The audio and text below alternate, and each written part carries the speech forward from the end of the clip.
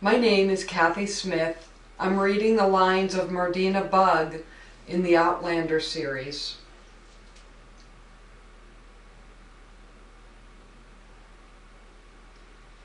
It's that kind, sir, of Mr. Fraser, and I'm sure as I'll have nae reason to regret it. Indeed, he'll not, as I said to him myself. I cannot tell you what a blessing it is, and us not sure where our next bite was coming from, or if we'd have a roof above our heads. I said to Arch, I said, we must just trust in Christ and Our Lady, and if we mun starve, we shall do it in a state of grace. And Arch, he says to me, and no but a silver halfpenny to bless ourselves with, and me a-wondering whatever was to become of us. And then that Sally McBride was saying as how she'd heard that Jamie Fraser had need of a good... Why, look at that! Whatever have you been up to, lad? Have you had an accident?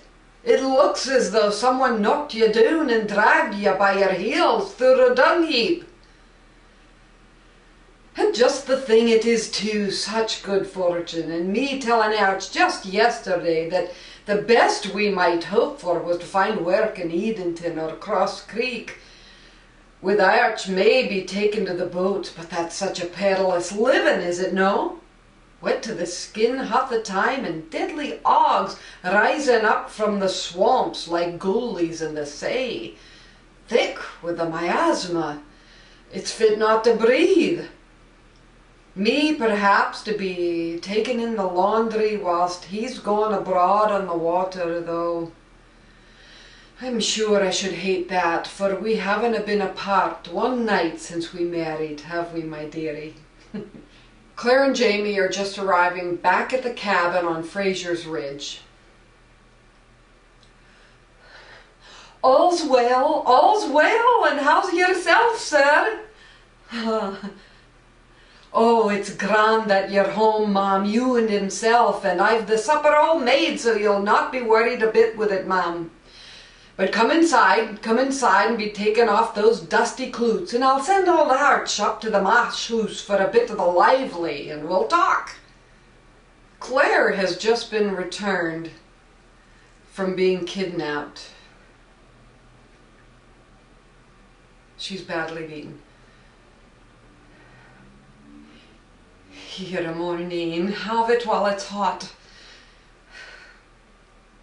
How is Mr. Brown, Claire says. Nowhere near so badly off as he ought to be. Hanging's too good for him, and him nae more than a wretched dung heap crawling with maggots.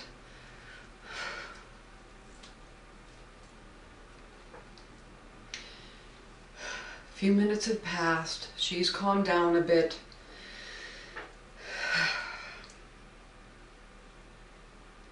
And she's feeding her to get her to eat.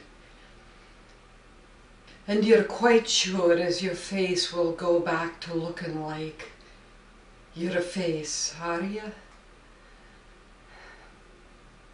Claire says yes. I kent a woman up in Kirkcaldy once as was kicked in the face by a coo, lost her front teeth, poor creature, and ever after her nose was pointed off to the side, like. And then there was William McCree of Balgownie, him who fought in Sheriff's Muir with Arch, got in the way of an English pike and cleaved off half his jaw and the best part of his nose. Arch said you could see straight through to his gullet and his brain box both. But he lived on perich mostly, and whiskey. Where Murdina has just killed Mr. Brown.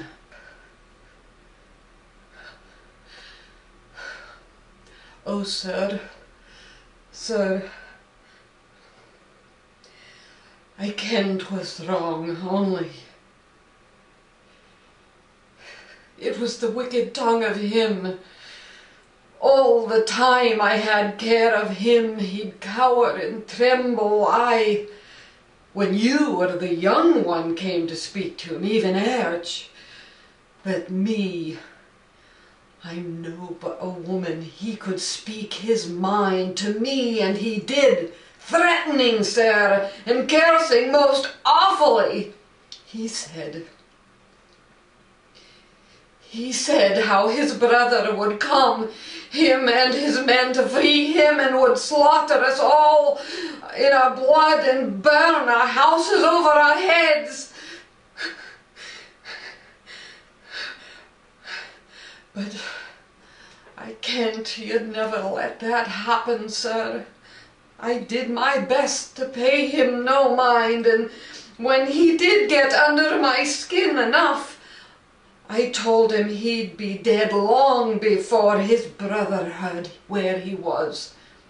But then the wicked wee cur escaped, and I'm sure I've no idea how 'twas done, for I'd have sworn that he was in no condition even to rise from the bed, let alone come so far, but he did, and threw himself upon your wife's mercy, and she took him up.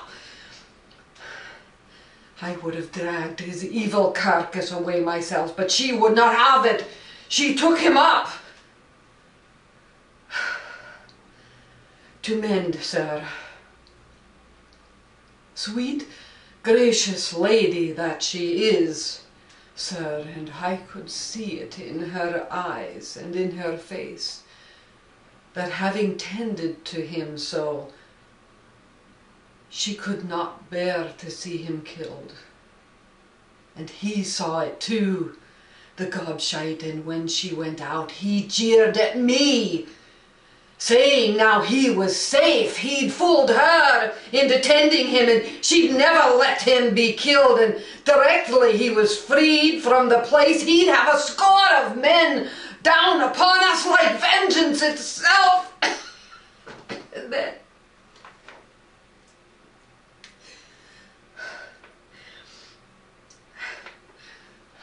I could not help it, sir.